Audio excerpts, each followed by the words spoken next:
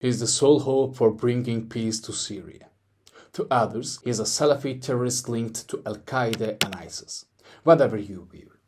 He is the new leader of the Syria's new regime and currently one of the most influential figures in the region. Under Ahmed Al Shara's leadership, Syrian groups overthrew Bashar al-Assad, one of the bloodiest dictators of our century, on December 8, 2024, causing the Assad regime to collapse from within. This alone is enough to etch Shara's name into history. In this section, we discuss the two faces of Syrian new leader, Shara.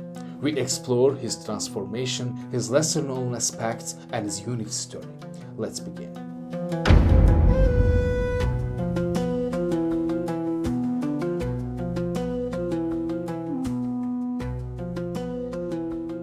Ahmed Hussein Shara was born on October 29, 1982 in Riyadh, a Syrian politician and former military leader. To get to know him, let's start with his family. The nickname Shara, adopted Jolani, comes from his family's origins in the village of Al-Rafid in Syria's Golan Heights. His family belongs to a Sunni Muslim community and follows the Shafi school of thought. They are known as one of the region's prominent families. Ahmed Shara's grandfather, Sheikh Talib, was one of the leaders of the Al-Zawiya revolution against French colonial rule in 1920. This uprising was a significant part of the local resistance in the Golan. Sheikh Talib strengthened the family's regional prestige through his religious and political leadership. Shara's great-grandfather, Muhammad Khalid, and his brothers took part in armed resistance against the French. During this period, the family became known for its tradition of independence and resistance. In 1967, when Israel occupied the Golan Heights, the Shara family, like thousands of other Golan families, was displaced. They migrated to Damascus, trying to build a new life there. At the age of 70, Ahmed developed a stronger religious identity. During this period, he began showing interest in Islamic movements. As a young man, Shara had a romantic relationship with an Alawite girl. However, both families opposed their relationship. In 2000, the Second Intifada in Palestine reinforced the Shara's family's Golan-rooted anti-occupation consciousness. During this time, Ahmed grew more devoted to the Palestinian cause or found common ground with his fathers on this issue. My fellow citizens, at this hour, American and coalition forces are in the early stages of military operations to disarm Iraq, to free its people, and to defend the world from grave danger. In 2003, with the US invasion of Iraq, Shara broke away from his family to join Al-Qaeda. His father Hussein strongly opposed this decision, but Ahmed's determination deeply affected the family. During this period, Shara largely cut off contact with his family. Both Ahmed Shara and his wife Latifa al-Drubi comes from families with deep-rooted state traditions.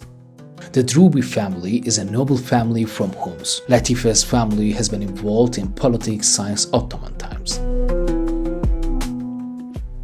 Latifa's great-grandfather, Alaaddin al-Drubi, was a governor and ambassador, serving an important role in Ottoman provinces. Alaaddin al-Drubi became an influential figure in Syrian politics. It is known that many members of the Drubi family served as governors. Ahmed Shara's got two sides to him. With the Syrian revolution, Shara went from being rebel to a statesman. Let's start with Ahmed Shara's 2 years, his rebel days.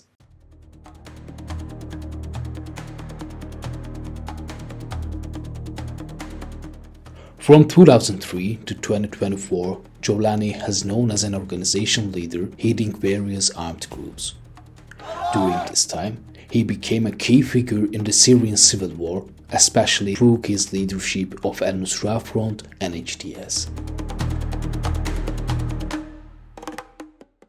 Shara's transformation actually began during these years. All hell was breaking loose in the region.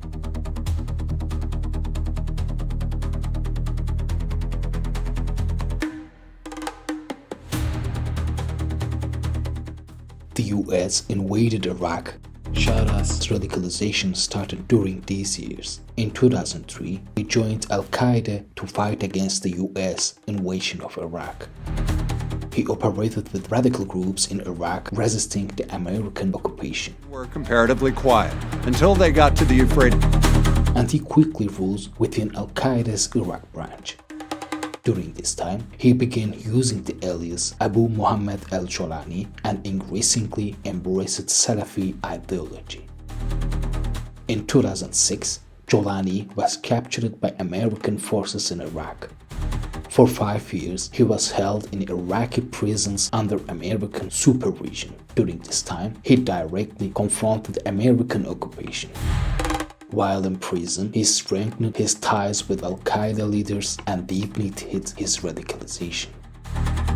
The year 2011, as you know, marks the start of Syrian civil war. Jolani was released by the American at a critical moment. After his release from prison, Jolani quickly went to Syria. He was tasked by Al-Qaeda to establish Jabhat al-Nusra as Al-Qaeda's Syrian branch. The primary goal was to overthrow Bashar al-Assad's regime, shaken by the Arab Spring, and establish an Islamic government. Let's take a skeptical look. This guy gets released at a critical moment, just as the Arab uprising kicked off. Then he quickly sets up an organization in Syria, and 14 years later he pops as the president of the Syrian state. Shara is now 42, standing out as one of the region's youngest leaders. Back when the Syrian civil war starts, when he walked out of prison, he was just 29. At 29, young Shara founded an organization, and that group, starting from Idlib, went on the whole sway across all of Syria. The interesting part is this: the possibility that Shara's might be worked with the Americans or Western allies is a question mark in a lot of people's minds. But since there is no documents to back up such claims, all we got right now is suspicion. We're sure of two things about Jolani. First, his determination to overthrow Assad's regime and establish a new government in Syria. That is what made revolutionary. Second, his shift from a radical militant to a state's president, along with the diplomatic skills he's shown over time, reveals just how pragmatic a character he is. We are following the traces of Shara. In 2011, Syria witnessed an outbreak of the bloodiest civil war in recent history. Jolani found himself couched in the midst of this conflict. In 2011, after being released from prison, Jolani significantly strengthened his ties with Al-Qaeda.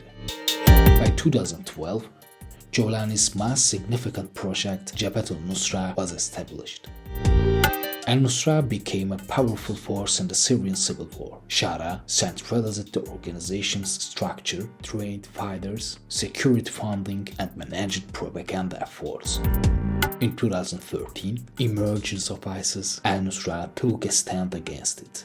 However, Al-Nusra was still classified as a terrorist organization by the international community, and Shara was placed on the United States wanted list with a $10 million bounty.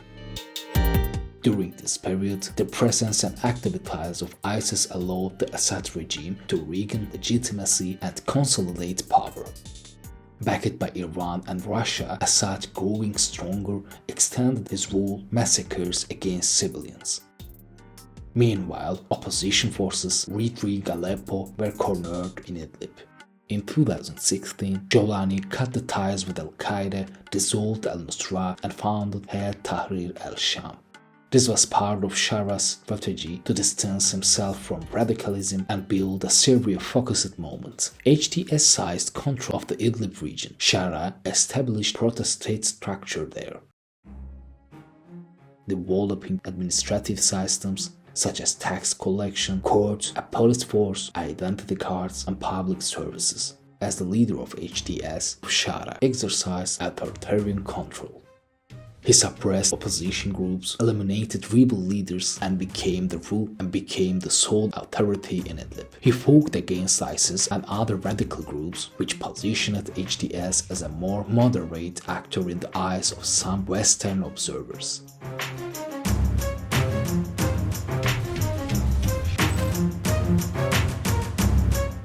In this video, we had examined the two phases of Syrian new leader. One was his phase as an organization leader. Now, let's take a look at Shara's journey to statesmanship, his transformation into an official leader. Starting in late 2024, Ahmed Shara began actively appearing in front of international media. But his transformation starts years earlier, back in 2016. The best way to understand Shara's transformation is to examine the crossroads he faced. So let's take a closer look at Hayat Tahrir al-Sham, a structure Shara established. In 2016, known as Jawlani, Shara was leading Nusra Front. In July 2016, he united more than 5 major armed groups under a single umbrella called Hayat Tahrir al-Sham. This unification took place in the Idlib region, and the leadership of HTS was given to Abu Jaber Hasham al-Sheikh, the former leader of Ahrar al-Sham. In early 2016, a reformist faction within the Nusra Front emerged and was seeking for cutting ties with Al-Qaeda. This faction called on Ahmed Shara to break away from Al-Qaeda and merge with other Syrian opposition groups. Faced with these demands, Ahmed Al Shara acted with his pragmatic side. In July 2016, he convened the Nusra Front's Shura Council twice. The first meeting yielded no results. However, in second meeting, it was decided to sever external ties with Al-Qaeda and change the organization's name Jabhat al-Sham. This decision was made without approval of Al-Qaeda leader Al-Manai Zawahiri, but with the temporary approval of Abu Qair al-Masri. On July 28, 2016, Ahmed Al Shara announced this decision to the public, stating that the new organization had no connections to any eternal entity. This statement signaled the official severing of ties with Al-Qaeda. The reason behind this transformation in Shara and the Syrian opposition was this. The Syrian civil war, which began in 2011 and was still ongoing, saw the Assad regime still standing, and the need for revolution was growing. Meanwhile, a sense prevailed among the opposition.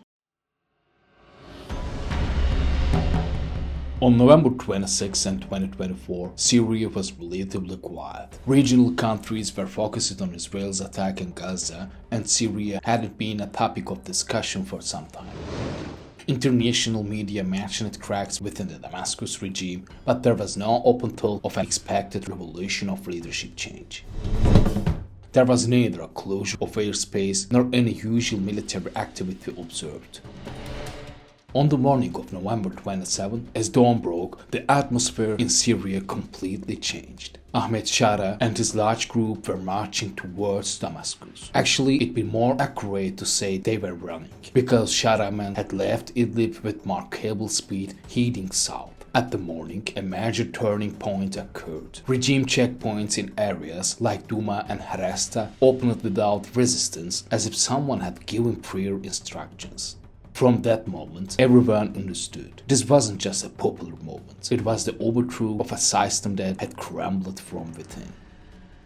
Following the operation that began on November 27, opposition groups rapidly advanced, gaining control over major cities like Aleppo, Idlib, Hama, and Homs. This advance reached the capital, Damascus, on December 7, causing regime forces to lose control. As clashes intensified and the opposition advanced, it was reported that Syrian President Bashar al-Assad fled the capital and sought refuge in Russia. December 8, 2024. This date went down in history as a significant day of the Middle East and world history. Syria had shed burdens, and 70 years Ba'ath regime had come to an end. Ahmed Shara's journey, becoming a true state leader, began on this date. Known for his turbulent military attire, Shara now stands before us in a suit. It's certain that a new story has begun for Syria and Shara. From now on, Syria could fragment, or it might remain united. Scenarios ranging from Syria splitting into 3 parts to becoming a radical Salafi state or even facing a new civil war are all on the table. Despite his Salafi roots, Shara has proven himself a pragmatic revolutionary, working his authority through contacts both within Syria and abroad.